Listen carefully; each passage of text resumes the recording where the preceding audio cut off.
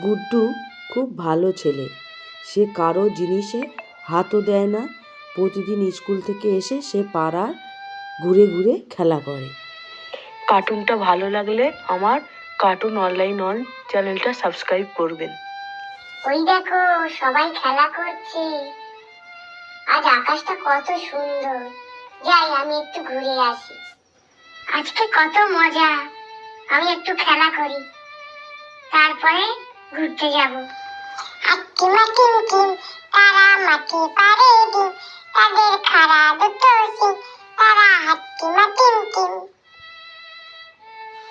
এই ছোট্ট ছোট্ট পায়ে চলতে চলতে ঠিক পৌঁছে যাব ওই চাঁদের পাহাড়, ঠিক দেখতে পাবো।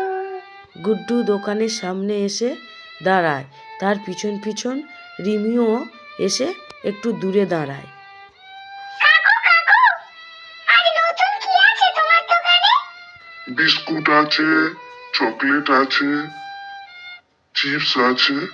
কিছুতে হাত দিও না, দূর থেকে দেখো। না না কাকু, আমি কিছুতে হাত দেব না, আমি দূর থেকেই দেখব। গুড্ডু একটু সরে দাঁড়ালো। ওই, আমার বিস্কুটের প্যাকেটটা গেল কোথায়? আমি তো এক্ষুনি এখানে রেখেছিলাম।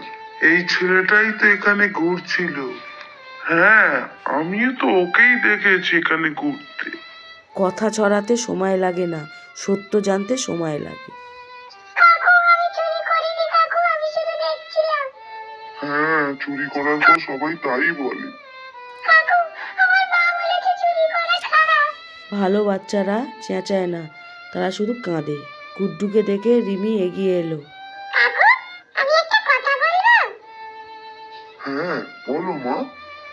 আমি দেখেছি বিস্কুটটা টেবিলের নিচে পড়ে গেছে। একটা ছোট কথা বড় ভুল ভেঙে দিল। দোকানদার নিচে তাকায়। বিস্কুট তো এখানেই আছে। ওহো, আমরা ভুল বুঝেছিলাম।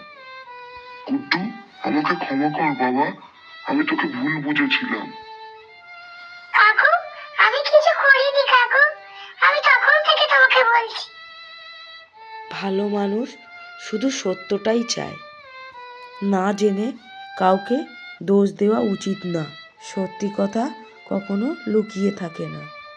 ভালো বাচ্চারা সবসময়ই সৎ হয়। চল গুড্ডু, আমরা আবার খেলা করি। হ্যাঁ রিমি, তাই চল আমরা আবার খেলা করি। কাকু আসলাম।